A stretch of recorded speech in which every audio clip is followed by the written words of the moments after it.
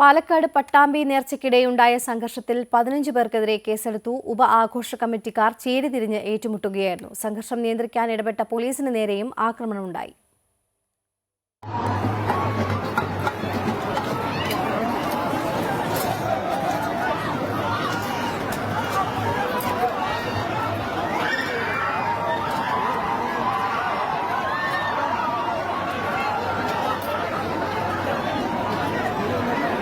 ഇന്നലെ രാത്രിയാണ് സംഭവം.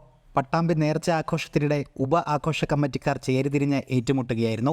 ചെറിയ രീതിയിലുള്ള വാക്കുതർക്കം പിന്നീട് വലിയ സംഘർഷത്തിൽ കലാശിച്ചു. സംഘർഷം നിയന്ത്രിക്കാൻ ഇടപെട്ട പോലീസ് ഉദ്യോഗസ്ഥർക്ക് നേരെയും ആക്രമണമുണ്ടായി.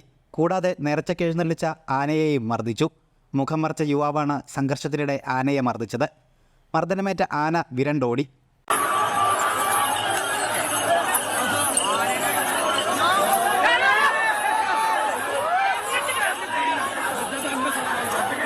സംഭവത്തിൽ 15 പേർക്കെതിരെ പട്ടാമ്പി പോലീസ് കേസെടുത്തു.